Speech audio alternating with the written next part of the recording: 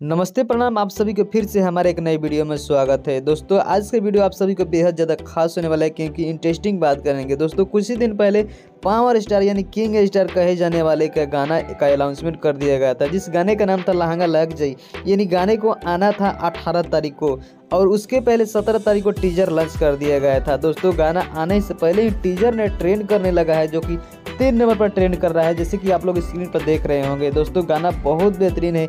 और दोस्तों गाने के डिटेल्स की बात करें तो गाने को ड्यूट में गाए हैं शिल्पी राज और पवन सिंह ने गाए हैं इस गाने को। दोस्तों गाने को लिखे हैं धीरज भगवान जी ने और म्यूजिक से सजाए हैं प्रियांशु सिंह ने। और दोस्तों लीड एक्टर्स की बात करें तो पहली बार एल्बम में काम करने वाली सपना चौधरी इसमें नजर आने वाली है। तो दोस्तों समझ सकते हैं गाना ब्रांड होने वाला है। तो दोस्तों जाइए वायरल भोजपुरी के यूट्यूब चैनल को सब्सक्राइब करके रख लेना यार, क्योंकि 18 तारीख को धमाका होने वाला है। तो दोस्तों अपडेट कैसा लगा नीचे कमेंट बॉक्स में जरूर बताइएगा और वीडियो अच्छा लगा तो लाइक कर देना। मिलते हैं एक नए अपडेट के साथ, तब तक ले जय हिंद, जय Bhojpuriya Samaj. Channel subscribe and bell icon press now.